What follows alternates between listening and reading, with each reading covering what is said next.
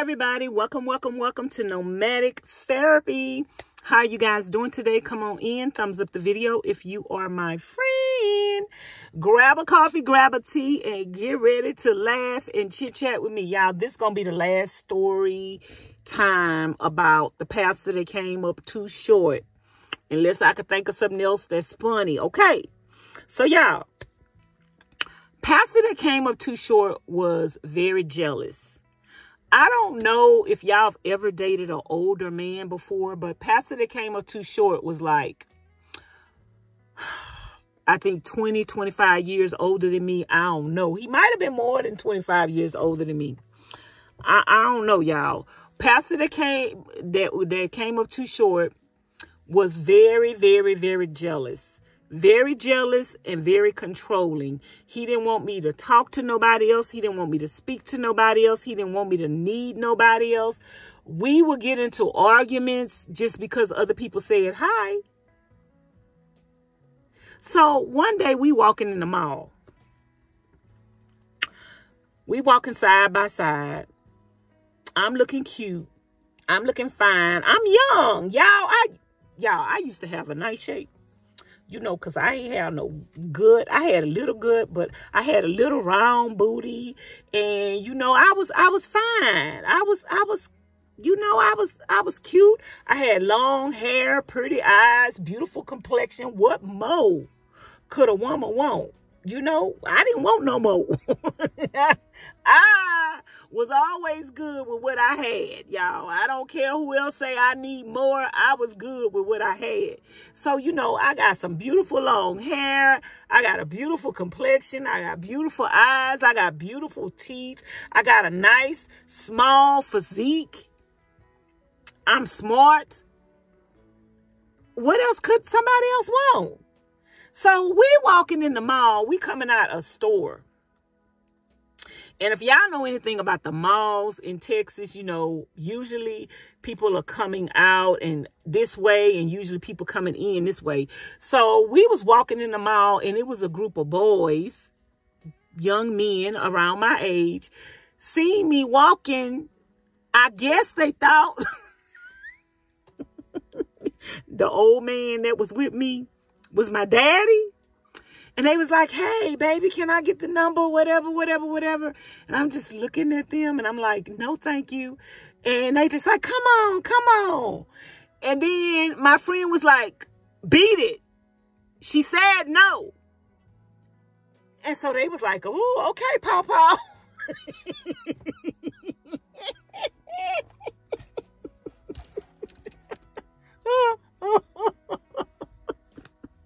See, that's the disadvantage about dating an older man. He gonna be getting mad because young guy's trying to holler at you because he know that a young guy can have you in a minute.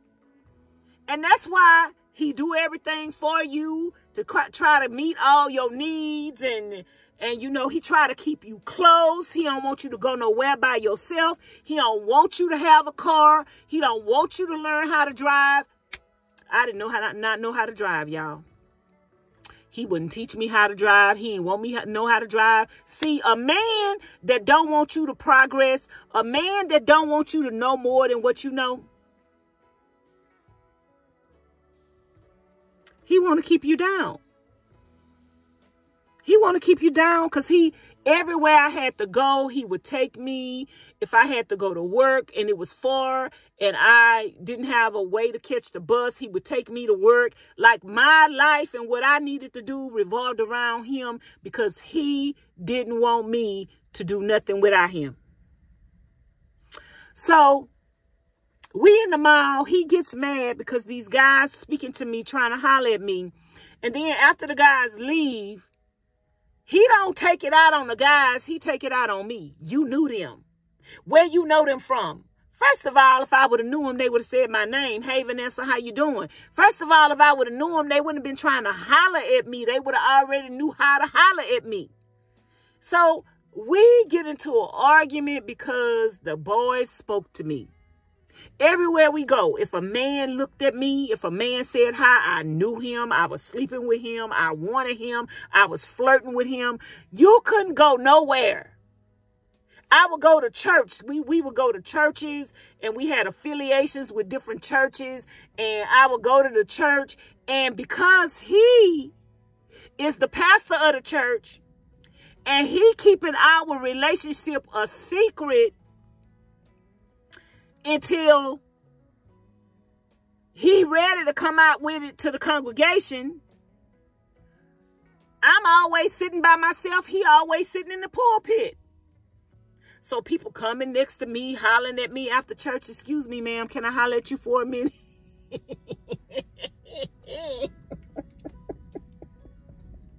I seen you in church. You kind of cute.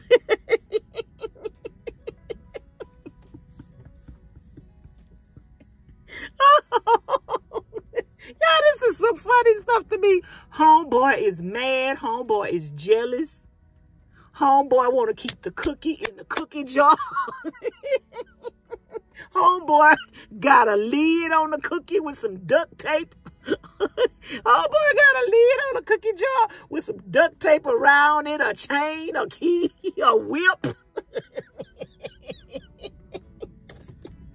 Oh, I was young, dumb, and stupid, y'all. But this is stuff you laugh about after you learn. See, one thing you do not want to do is talk to a jealous man. If a man is jealous and he always accusing you of being with somebody and you know you ain't sleeping with nobody, if nobody else can't speak to you, if nobody else can't look at you, if he taking it out on you because you attractive, I mean, a man ought to be happy that other people are attracted to you. That's why he wants you, because you attractive. Don't nobody want no ugly woman. Don't nobody want no ugly men but me. I like ugly men. As long as he tall and dark complected. Oh, I'm crazy, y'all. I'm crazy. So anyway,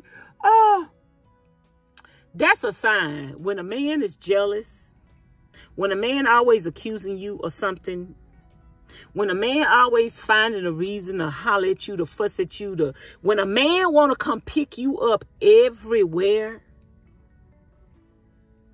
when a man don't want to teach you how to drive, if you a young girl and he don't want to teach you how to drive, because he don't want you going nowhere. He wants you to stay at home while he cheating on you, and he know you not going to go nowhere. See, men like to get a woman that's young. He like to get you young. He like to get you fresh. He like to get you plump. He like to get you when you don't know nothing, when you don't know how to drive. All you know how to do is stay at home and cook and wait on him to provide for you. And guess what? You're going to be 40 years old in that house still not knowing how to drive while he out cheating on you, and you ain't going to never catch him. You ain't gonna never catch him because you don't go nowhere. He ain't want to teach me how to drive. He ain't want me to know nothing, y'all. Anyway, I finally got free of the pastor that came up short, y'all. I went through a lot. I went through, I ain't through telling y'all this. So, pastor that came up too short, when we broke up, I wasn't accepting his calls no more. I think I had got my number changed and everything. And I don't know how this man would find out everything about me. I don't know. So, I was going to this church. And this another story time. I was going to this church, and I had stopped going to his church. And I was going to another church, and I had started dating another. Y'all pray for me. Pastors and assistant pastors and spiritual leaders are attracted to me. This another story time, but this other man that I had met, he had came to my job and he started talking to me. And he would come in there almost every night and he would buy something. And one day he invited me to his church. That's a whole nother story time. He invited me to his church. I went to his church and I started going to his church. That's the end of that. But we started dating. And one day I come outside of the church church is over with, and pastor that came up short is talking to the man that I'm dating now, assistant pastor. I'm dating an assistant pastor now. So he talking to the man. And I'm like, what are you doing here? Oh, I just wanted to talk to him. Huh? So they exchanging stories. He telling him stuff. I don't know. But I felt like he was giving him the heads up on how to use me or whatever. It's like he was mad because I wasn't with him no more. So he wanted to sabotage. Now, this man have been married umpteen times. But he mad because I done moved on and don't want to be with him no more. Now, he done found me, done found the man I'm dating, done found the church I go to, and standing outside talking to the man I'm dating. There's something not right with that picture. Then you say God said I'm your wife? Like, God don't want me to be married to no crazy stalker pastor man. Like, this man, can I get somebody to type unbelievable? God knows I'm not making none of this up. Girl, he is outside talking to my current boyfriend. Showed up out of nowhere.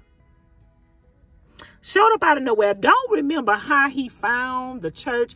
I don't remember if I had ran into him somewhere and he asked me where I was going to church. I don't know, y'all, but I know everywhere I would go, that man would find me. He must be dead.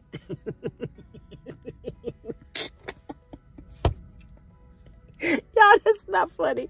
He must be dead, though, because he ain't found me in a long time, y'all. It's been over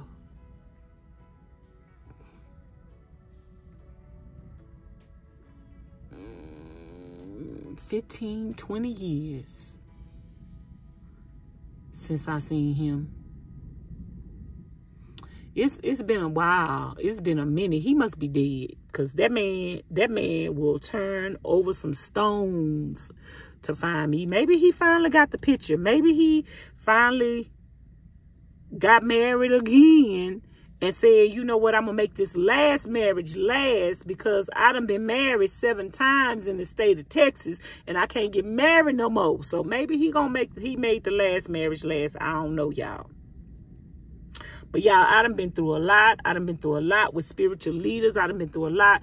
And none of these men, I'm not the type of woman that is flirtatious. I'm not the type of woman that comes on to a man. I'm not the type of woman that make passes at men. So all of these men found me. I didn't find them, didn't want them. The situation and the circumstances led to that, but I didn't have wisdom. I was still young. I was still dumb. I was stupid. I didn't have that much experience with men.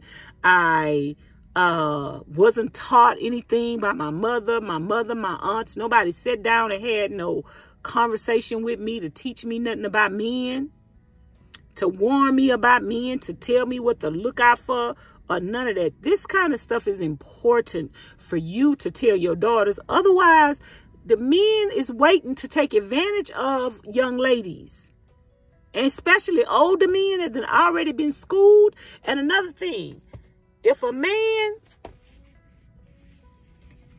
tell you he used to be a pimp, see, the pastor used to be an ex-pimp. If a man tell you he used to be an ex-pimp, girl, he got game. If a man, you know, most pastors in Texas, I'm not going to say most pastors everywhere. Most pastors in Houston, they are ex-cons. They must go to the school. And this is not no joke. This is the truth. Most pastors in Houston are ex-cons. They must go to the school of pastorship in prison. How to pull another con, how to get women. Like, they must really go to the school of pastorship. Like, y'all, I learned my lesson. And all of these stories that I am telling you guys will lead up to the reason eventually why I don't want to be married. I don't trust my judgment in men. I don't trust my judgment in men. Because you let these men convince you that they are Christians. You let these men convince you that they love the Lord. You let these men convince you that they love you. And then you believe everything that they put up. And then next thing you know, you is the biggest dummy, the biggest victim. You got egg all over your face. You battered, you bruised.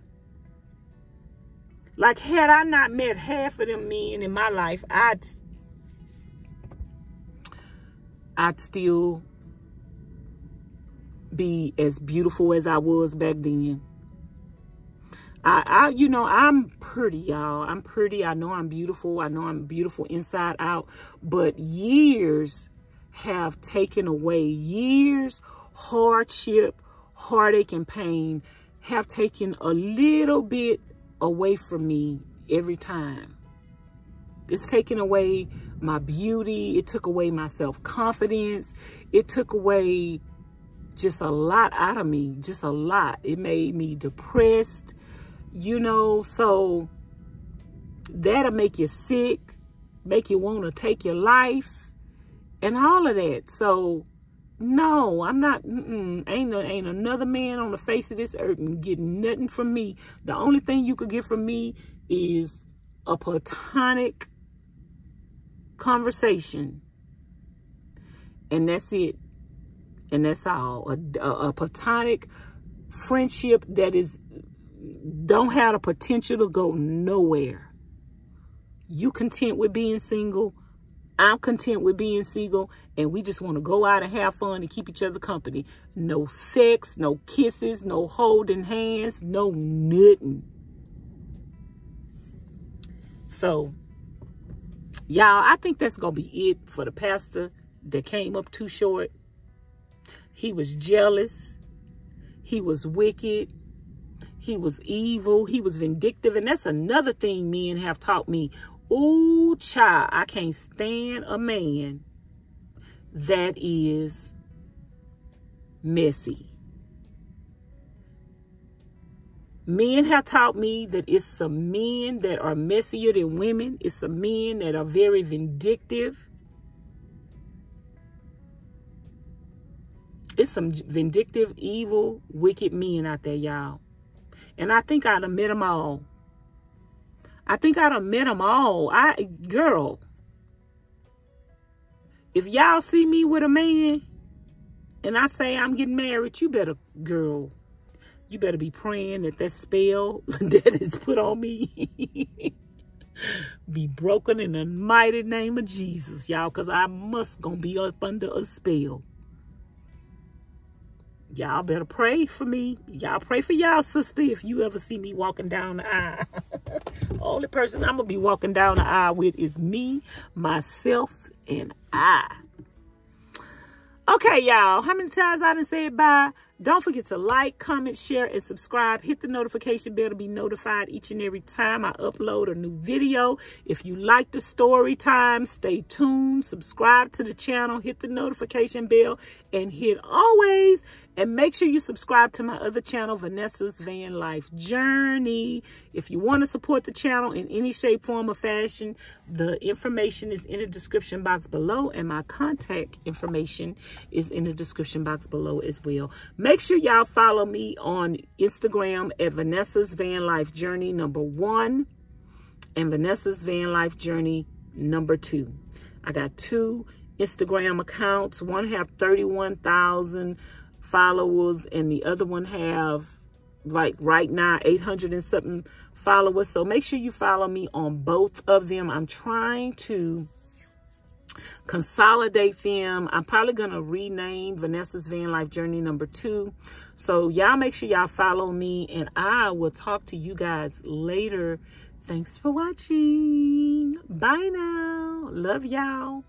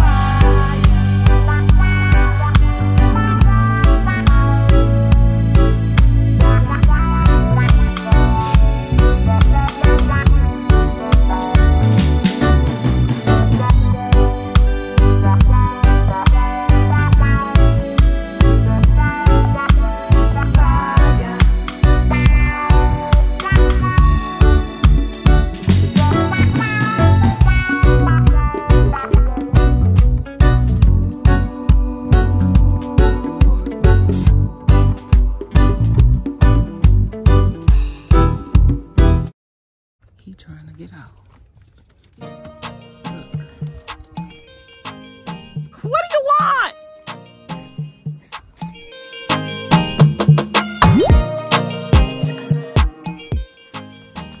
I could sit here all day, you guys. Beautiful.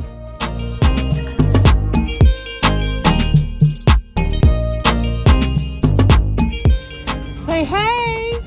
Say hey.